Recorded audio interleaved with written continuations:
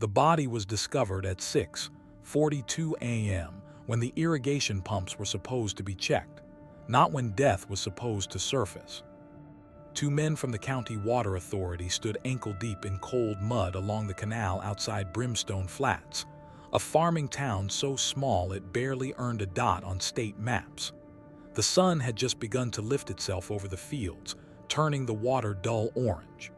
That was when one of them noticed something pale caught between the reeds, too smooth to be driftwood, too still to be an animal. By the time Sheriff Harold Kincaid arrived, the canal had been shut down and the body lay exposed on the concrete slope, positioned with an unsettling care. It was a man in his early 30s. His hands were folded neatly over his abdomen. His boots had been removed, cleaned, and placed side by side on the bank. His shirt, washed, ironed, and folded, rested on a stone as if someone had prepared it for Sunday service. There were no signs of a struggle, no torn skin, no blood in the water. But the neck told another story. Sheriff Kincaid crouched silently, studying the bruising beneath the jawline. Controlled pressure, sustained. Whoever had done this knew exactly how long to hold and when to let go. This wasn't a fight. This was a decision. "What do you think?" one of the deputies asked. Kincaid didn't answer right away. He had worked this county for 22 years. Farm accidents, domestic disputes, drunk drivers. This didn't fit any of them. "This man didn't fall in," Kincaid finally said. "He was placed." The victim carried no wallet, no identification. His fingernails were clean, too clean. The kind of clean you only saw in men who hadn't worked with their hands in a long time or whose hands had been cleaned for them. By noon, rumors had already moved faster than the official report. Some said it was a migrant worker. Others whispered about debt, about trouble from out of state. Kincaid ignored all of it. He had learned that the truth rarely announced itself loudly. It waited to be noticed. What bothered him most was not how the man had died, but how he had been left behind. That same afternoon, 20 miles away, Elias Crowder tightened a bolt beneath a highway sign and wiped his hands on a gray rag already dark with grease. Traffic passed without slowing. No one looked twice at him. They never did. Elias liked it that way. At 39, he had the kind of face people forgot the moment they turned away. Narrow eyes, straight mouth, hair already thinning though he kept it cropped close. He worked for the State Road Maintenance Department, a job that took him across county lines, sometimes across state borders, with no questions asked and no one checking his schedule too closely. He finished his work, climbed into the truck, and drove toward home at an unhurried pace. The radio crackled with static and local news. Somewhere between crop prices and weather reports, the announcer mentioned the discovery of a body near Brimstone Flats. Elias did not change expression. He adjusted the volume slightly lower. That evening, Maribel Crowder prepared dinner with practiced efficiency. She moved through the kitchen without wasted motion, her dark hair pinned neatly back, her uniform already folded away for the next morning. At the clinic, she was known for her calm hands and steady voice. Patients trusted her. Doctors relied on her. No one remembered asking where she came from. "Did you hear about the canal?" she asked casually, setting plates on the table. "Yes," Elias replied. "They'll say it was an accident." Maribel smiled faintly. They always do first. They ate in silence. Outside, the wind moved through the fields, carrying the smell of wet soil and fertilizer. It was the kind of night that passed unnoticed, the kind that never made it into records. Later, as Elias washed his hands at the sink, he noticed a faint discoloration on his thumb. He scrubbed until it faded. The water ran clear. Always leave things clean. That was important. Miles away, Sheriff Kincaid stood alone in the evidence room, staring at the folded shirt sealed in plastic. He could not explain why, but the care taken with the body unsettled him more than any violence ever had. This was not rage. This was intention. And intention, he knew, rarely stopped at one. Elias Crowder had grown up learning how to disappear in plain sight. He was born in 1922 in a mill town that no longer existed by the time highways replaced rail lines.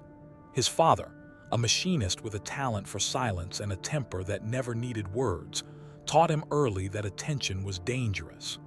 Elias learned to listen more than speak, to do his work correctly and without flourish, and most importantly, to leave no trace that anyone would remember.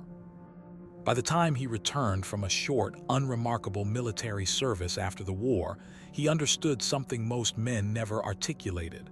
The world rewarded predictability, so he became predictable: state employment, modest home, no vices worth noting, no friends worth missing. The road maintenance job suited him perfectly. He worked alone often, traveled constantly, and handled equipment that explained dirt, scratches, and long hours without witnesses. If asked where he'd been, he could answer honestly and still say nothing at all. Maribel Alvarez entered his life in 1953, not with romance, but with recognition. She had been born in El Paso, raised between English and Spanish, Catholic discipline and American efficiency. Nursing school had sanded away whatever softness she might once have had. What remained was precision, control, a steady comfort with the human body as a system that could be measured, manipulated, and, when necessary, shut down. They met when Elias was brought into the clinic after a worksite accident involving a crushed finger. He noticed her hands first, small, confident, unhesitating. She noticed his silence. Most men filled empty space with noise. Elias didn't. Their courtship was brief and unremarkable to outsiders. No dramatic letters, no grand gestures. They married within a year, moved to a rented house outside town, and settled into routines that fit together too well to be accidental. What bound them was not affection, but alignment. Maribel had grown tired of tending to people who ruined themselves and expected forgiveness stitched into their skin. She had seen men beg for life while destroying it daily. She had watched women disappear into marriages that killed them slowly. Somewhere along the way, mercy had begun to feel inefficient. Elias never argued with her when she said such things. He listened. He remembered. The first time violence entered their home, it did not arrive screaming. It arrived as a problem. A man knocked on their door late one night in the winter of 1958, drunk, lost, angry that no one would give him directions. He shoved past Elias into the hallway, shouting accusations that didn't matter. Maribel stood frozen for only a second, long enough to assess distance, balance, and risk. What happened next lasted less than a minute. Elias moved without hesitation. His arm locked around the man's neck, just as he'd been taught decades earlier, pressure applied carefully. The man thrashed, slipped, struck his head against the wall. When he went limp, silence followed. They stood there, breathing evenly. Maribel checked for a pulse. "Too long," she said calmly. Neither of them asked what to do next. They already knew. They buried the man in a shallow grave beyond county land. Somewhere the soil was soft and the maps were outdated. They told no one. They spoke of it only once afterward in bed, voices low and clinical. "It didn't feel wrong," Maribel said. "No," Elias agreed. "It felt finished." That night changed nothing on the surface. Elias went to work. Maribel returned to the clinic. Dinners were cooked. Sheets were washed. But something had shifted into place, like a tool finally returned to the right drawer. Years passed before the canal. When Sheriff Kincaid requested records of missing persons in neighboring counties, the lists were thin and poorly kept. Men passed through towns like Brimstone Flats without leaving names behind. That was the problem with small places. They assumed strangers were temporary, and so was responsibility. Kincaid pinned photographs and notes to a board that refused to become a pattern. No witnesses, no vehicle descriptions, no motive he could touch.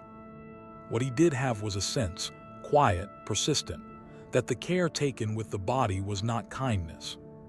It was practice. And somewhere beyond the reach of his jurisdiction, Elias Crowder tightened another bolt, finished another job, and drove on, already thinking about what could be done better next time. The first deliberate killing did not come from anger, fear, or desperation. It came from planning.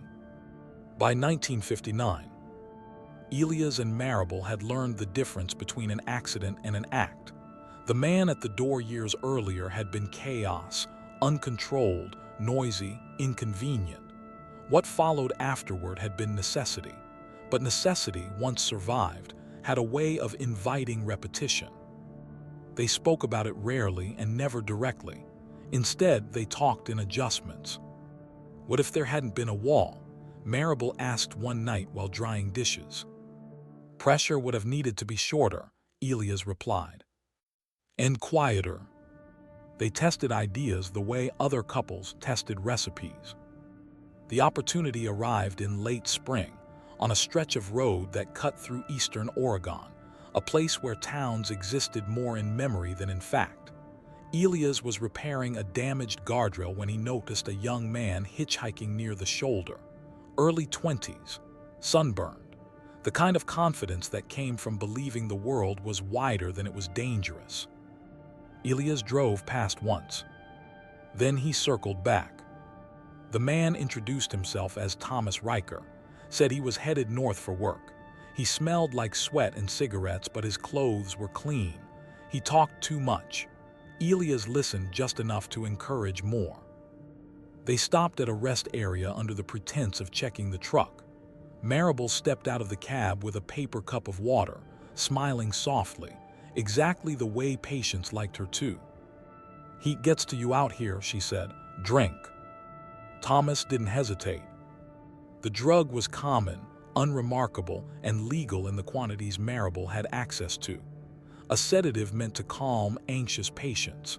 Mixed correctly, it slowed reflexes without causing immediate unconsciousness. She had practiced the math in her head long before that day. When Thomas stumbled, Elias caught him. To an observer, it would have looked like kindness. They drove for another hour before turning onto an unmarked service road. The land flattened. The wind grew louder. Elias stopped the truck where the earth cracked easily and the distance swallowed sound. This time, there was no struggle. Elias applied pressure with precision. Marable monitored breathing, pulse, pupils. She nodded once when it was done. They undressed him carefully, folding the clothes the way Marable had learned in training, respectful, efficient. They washed his hands. They removed his boots, not out of mercy but habit. When they buried him, they went deeper than before. That night, they said nothing. But in the days that followed, something new emerged, not excitement, not guilt, but evaluation. They discussed timing, transport, sedation versus restraint. What could be reused, what could not? 3 months later, they acted again. The second victim was a woman in her late 40s, traveling alone between small towns in Nevada. She had a car trouble sign taped to her window and a voice already worn thin by disappointment. Marable convinced her to accept a ride by offering medical help. This death was different. No hands around the neck, no visible bruising. The woman never realized she was dying. Marable administered the injection herself, adjusting the dose while Elias watched the road. "She won't suffer," Marable said, more as a statement than reassurance. The body was left in a culvert, arranged carefully, too carefully. That was their mistake. In Utah, months later, a third death followed. This time a farmer, elderly, isolated, lured by the promise of help repairing a fence. Elias used a tool he understood well. Heavy, efficient. The injuries were disguised as an accident, but the placement of the body told another story. Patterns were forming, even if no one had named them yet. By the time the canal body surfaced in Idaho, Elias and Marable were no longer experimenting. They were refining. Sheriff Kincaid received a call from a deputy in Nevada about an old case that had never sat right. A woman found in a culvert, no vehicle, no cause that made sense. Kincaid requested the file, then another and another. He began to notice the same quiet detail repeated in different places. Clean hands, removed shoes, folded clothing. It wasn't a signature meant to be seen. It was a habit that couldn't be broken. And habits, Kincaid knew, always belonged to someone. By the early 1960s, Elias and Marable Crowder no longer thought of themselves as taking risks. Risk implied chance, and chance implied chaos. What they practiced now was selection. They chose places where jurisdiction dissolved at the edges, counties that barely spoke to one another, states where records slept in filing cabinets, never compared unless someone already knew what to look for. Elias' job gave them movement without explanation. Marable's profession gave them credibility without scrutiny. Their fourth killing began in western Kansas, a land so flat it made people feel exposed. The victim was a traveling salesman named Howard Bellick, mid-30s, polite in the shallow way men learned when they wanted to be trusted. He met Marable at a roadside diner while Elias refueled the truck. Howard complained of chest pain, dramatic but inconsistent. Marable listened carefully. "You should lie down," she said, "just for a minute." This time there was no sedative. Marable used fear instead. She guided his breathing, slowed it, spoke calmly while his panic grew. Elias watched from the doorway, timing the moment when terror weakened muscle. When Howard collapsed, Elias applied pressure to the carotid artery, short, calculated, clinical. They staged the scene as a heart attack. No bruising, no disturbance. The body was discovered hours later by a waitress who remembered him only because he hadn't paid his check. The fifth death came in northern New Mexico, and it belonged to Elias alone. The man was a seasonal worker living out of a trailer, already sick, already disappearing. Elias offered him day labor, paid him in cash, waited until nightfall. The killing was quick, violent, and deeply practical. The body was burned partially, enough to confuse time of death, not enough to draw attention. Marable did not participate. "You didn't need me," she said afterward. "No," Elias replied, "but I wanted to see if it mattered." It didn't. The sixth killing was theirs together again, and it was the most careful yet. A young couple traveling through Montana accepted help when their car broke down on a rural stretch of road. Elias separated them without force, using authority and reassurance. Marable took the woman aside under the pretense of medical concern. They killed only one of them. The man was left alive, unconscious, with no memory of faces, only a voice, calm and female, telling him to breathe. By the time he woke, his partner was gone. The police would later attribute her disappearance to abandonment or accident. But this crime left behind something new. A button. It fell from Marable's coat near the gravel shoulder. She didn't notice. Elias didn't see it. The wind buried it partially in dust, where it waited patiently. Back in Idaho, Sheriff Kincaid pinned new documents beside the canal photographs. A heart attack in Kansas, a burned body in New Mexico, a missing woman in Montana, different methods, different victims, but the same absence of chaos. "These aren't crimes of passion," he said aloud to an empty office. "They're crimes of management." He sent letters, made calls. Most went unanswered. Some sheriffs laughed politely and moved on. One didn't. A deputy in Montana mentioned the button. Plain, plastic, manufactured in bulk but issued to only a handful of regional clinics. Kincaid wrote the name down carefully. He did not yet know about Marable Crowder. But for the first time, he felt the ground shift. Meanwhile, Elias replaced the missing button on Marable's coat without comment. He had noticed the gap days earlier. She hadn't asked. They were still in control. Or so they believed. The seventh killing was never supposed to happen. By 1964, Elias and Marable had begun to feel something dangerously close to confidence. Not arrogance, neither of them indulged in that, but a quiet certainty that their methods had matured beyond mistake. They had learned when to act, when to wait, and when to let the world mislabel what it could not understand.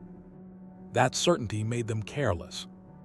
The victim was Clara Mee Whitford, 56 years old, a widow who ran a boarding house outside a dying mining town in Wyoming. She rented rooms to men who passed through and never stayed long. Elias and Marable stayed for 3 nights. Clara noticed things, not suspiciously, just the way lonely people notice presence. She remembered Marable's shoes by the door, lined perfectly straight. She commented on Elias' habit of washing his hands longer than necessary. "You folks are very tidy," she said once, smiling. Marable smiled back. "Old habits." They killed her on the 4th night. This death was quieter than most. No sedatives, no struggle. Elias used a pillow while Marable held Clara's wrists, not to restrain, but to keep her from scratching. It was intimate in a way the others had not been. Too intimate. They staged the scene as a fall down the cellar steps. Broken neck, plausible, but Clara had lived carefully, and careful lives left records. A neighbor remembered her hosting guests. A receipt showed a cash payment made only days before her death. And most critically, Clara had kept things. Under the bed in the spare room, investigators would later find a silk scarf, folded neatly. It wasn't hers. It smelled faintly of antiseptic and lavender soap, Marable's soap. Sheriff Kincaid received the Wyoming file in early autumn. He read it slowly, then again. A woman dead in her own home. No theft, no motive, guests who vanished. This time, the detail that bothered him was what was found. It was what was missing. No panic, no disruption. The house had been returned to order. He pinned the silk scarf beneath the photograph of the canal body. Then he pinned the clinic-issued button beside it. 2 objects, different states, same sense of intention. Kincaid requested employment records from regional clinics within driving distance of the connected sites. It was a long shot. He knew that. What he didn't know yet was how close he already was. That winter, Elias noticed the change first. Road assignments were altered. Inspections happened more often. A state vehicle followed him once, then twice. Marable found herself answering questions at the clinic about her past postings, routine questions, framed casually, but repeated too precisely. "They're looking sideways," she said one night. "Yes," Elias agreed. "Not at us, at the shape we fit." They discussed leaving. New names, another region, but leaving meant change, and change invited scrutiny. They chose instead to do nothing. It was the wrong choice. In March of 1965, a storage shed behind their rented house was searched under the authority of a missing persons inquiry. The warrant was narrow. The search was not. Beneath a false floor panel, officers found a canvas bag. Inside it, folded clothing, a pair of boots, a salesman's tie, a woman's blouse, buttons missing. And wrapped separately carefully, as if preserved for later reference, bone fragments clean and dry. When Elias and Marable were arrested, there was no resistance. Marable corrected the officer who misidentified the contents of the bag. Elias asked only one question. "Which state?" he said. Sheriff Kincaid arrived 12 hours later. He looked at them through the glass and felt no triumph. Only confirmation. The hunt was over. The accounting was about to begin. The arrests did not make the noise people expected. There were no sirens screaming down Main Street, no neighbors spilling onto porches. Elias and Marable Crowder were taken in separately, calmly, as if they were late for appointments rather than accused of murder. In small towns, quiet arrests were a kindness, less spectacle, fewer questions. Sheriff Harold Kincaid, insisted on being present for the first interviews. By then, the case file had swollen into something physical: boxes of reports, photographs yellowing at the edges, evidence bags stamped with half-forgotten county seals. For the first time in years, those fragments were being laid out together, not as isolated tragedies, but as parts of a single design. Elias was interviewed first. He sat straight-backed in the chair, hands folded in his lap, eyes fixed slightly to the left of Kincaid's face. He answered questions directly, without hesitation, without volunteering anything extra. Yes, I worked in that county. Yes, my routes changed often. No, I don't recall that individual. He showed no anger when confronted with evidence, no fear, only mild irritation when questions repeated themselves. Marable was different. She corrected terminology, clarified timelines, asked whether the interviews were being properly recorded. When shown the silk scarf, she tilted her head slightly as if evaluating stitching. "That isn't evidence of a crime," she said. "It's evidence of travel." Kincaid let her talk. He had learned that people like Marable revealed more when they believed they were teaching. Over the following weeks, the task force expanded beyond anything Brimstone Flats had ever seen. Deputies from 4 states, federal observers, careful to frame their presence as assistance, not control. Files were cross-referenced manually, names compared by hand, photographs laid side by side on long tables. And slowly the picture sharpened. Thomas Riker's disappearance in Oregon matched tire impressions found near a service road. The sedative in his system, once dismissed as contamination, was traced back to clinic supply batches Marable had access to. The heart attack in Kansas showed signs of carotid compression, overlooked by an overworked coroner. The burned remains in New Mexico contained tool marks consistent with equipment issued by the State Road Department. Each piece alone meant little. Together, they meant everything. The button from Montana was matched conclusively to Marable's clinic issue. The silk scarf fibers aligned with detergent used only by hospital laundries. Bone fragments found in the shed were identified as belonging to at least 3 individuals, their fractures inconsistent with accidental death. Elias watched the case being built against him with professional interest. He corrected an investigator once when a timeline was off by a day. "You're assuming we traveled at night," he said evenly. "We didn't." That single sentence placed them in Wyoming on the correct date. Kincaid noted it without comment. The final blow came not from forensic science, but from habit. In a box recovered from the house, missed during the first search, was a small notebook. Not a diary, not confessions, just lists, distances, fuel stops, weather notes, times written in neat, consistent handwriting. Marable's handwriting. Next to certain entries was a small mark, not a symbol, just a dot. When aligned with known disappearances, the dots matched dates of death. Confronted with this, Marable stopped speaking entirely. The district attorneys from 3 states met behind closed doors. Jurisdiction was argued, venue debated. In the end, Idaho was chosen.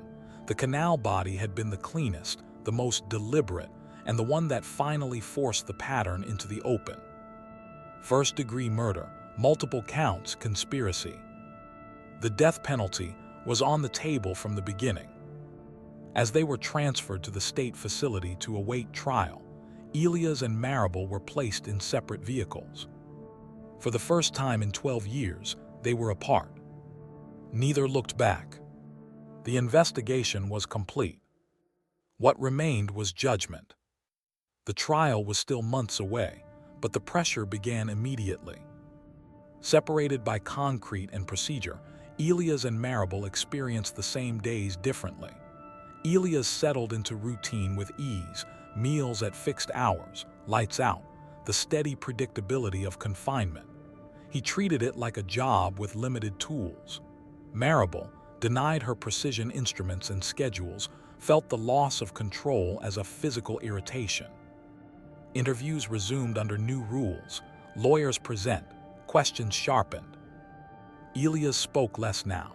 He watched the room instead, the way chairs were placed, who interrupted whom, which questions were repeated with altered phrasing. He noticed that investigators had begun to assume cooperation would come eventually. He let them assume. Marable refused interviews altogether. Instead, the case moved without them.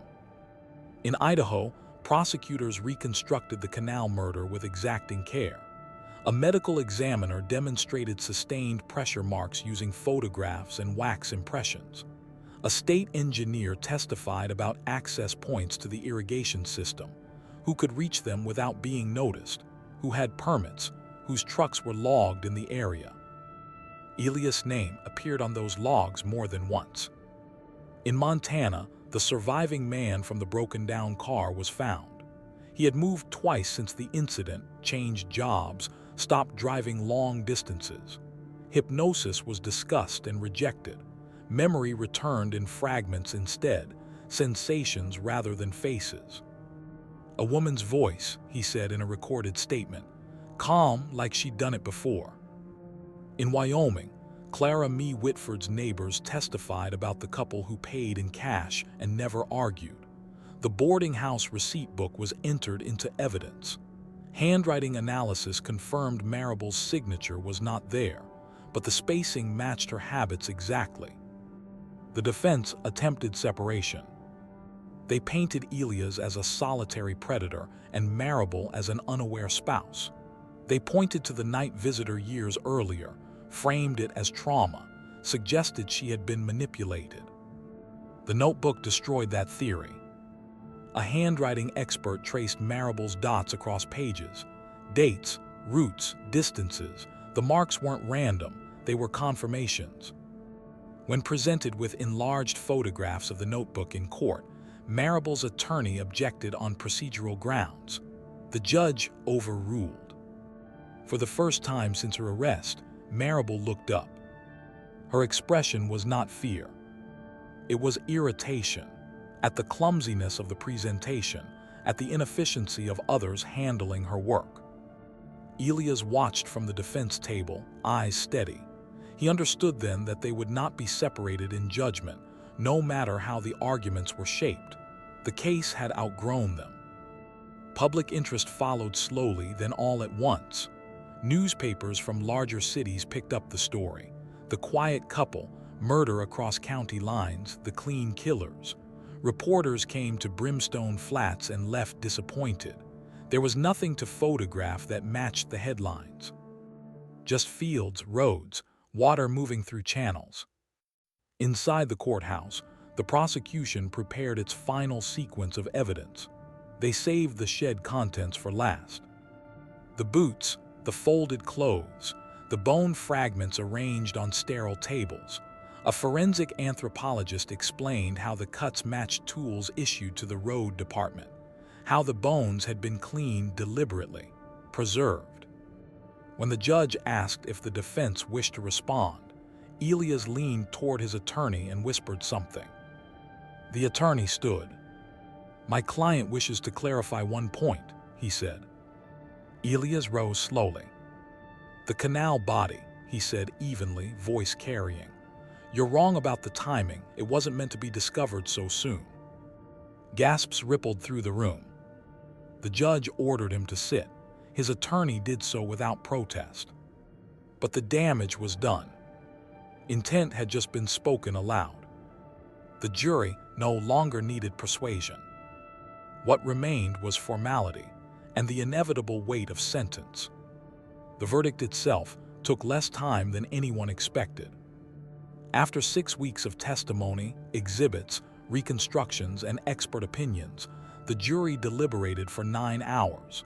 No requests for clarification, no questions for the judge. When they returned, their faces carried the drained certainty of people who understood the gravity of agreement.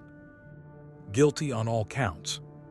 First-degree murder, conspiracy to commit murder, multiple aggravating factors, including premeditation, interstate activity, and lack of remorse. The sentencing phase began immediately. In Idaho, the death penalty in the mid-1960s was not symbolic. It was procedural. The prosecution laid out the argument with methodical restraint. The number of victims, the deliberate escalation, the use of professional access and public trust. They emphasized that the crimes were not driven by necessity or circumstance, but by choice, repeated, refined, and documented. The defense had little left. They presented character witnesses who spoke of Elia's reliability, Marable's professionalism. Former co-workers described them as quiet, competent, forgettable. The argument was not that they were innocent, but that they were human. It did not move the jury. Marable chose to speak during allocution. She stood straight, hands folded, voice steady. "What you call cruelty," she said, "was efficiency. People die badly every day because no one knows what they're doing. We did." A murmur passed through the courtroom. The judge struck the comment from the record, but the words remained in the air, impossible to retract. Elias declined to speak. When asked if he had anything to say, he shook his head once. Sentencing was delivered the following morning. Death by execution. The method, hanging, was determined by statute still in effect from an earlier era, though it had not been used in years. Appeals were filed automatically as required, but few believed they would succeed. The evidence was overwhelming. The confessions, partial, indirect, but devastating, had sealed the case. They were transferred to the state penitentiary to await final review. Time changed shape there. Days stretched thin, marked by routine and silence. Elias adapted easily. He read manuals from the prison library, repaired small items when allowed, observed guards with the same quiet attention he had given supervisors on the road. Marable did not adapt. She filed complaints about lighting, about food handling, about the medical incompetence of the staff. She corrected nurses. She refused medication unless dosages were explained precisely. They were not allowed contact. Once, during a transfer between facilities, they passed each other in a corridor. Guards moved them quickly, eyes forward. For a fraction of a second, their gazes met. There was no comfort there, no regret, only recognition of shared work now concluded. The appeals process concluded in late 1968. The sentences were upheld. Execution dates were set 3 months apart. For the state, it was procedure. For Sheriff Harold Kincaid, who attended the final hearings quietly from the back row, it was closure of a kind he had never wanted. He returned to Brimstone Flats and resumed his duties. The canal flowed as it always had. The fields grew. People passed through town without leaving names behind. But now, when something went missing, it was noticed. The Crowder case became a reference point in training manuals and law enforcement seminars, not for brutality, but for patience and the danger of mistaking quiet for harmless. The end was scheduled. All that remained was to carry it out. The final months before execution were not dramatic. There were no last-minute revelations, no sudden confessions meant to soften the record. The Crowder case had hardened into certainty, and certainty left little room for spectacle.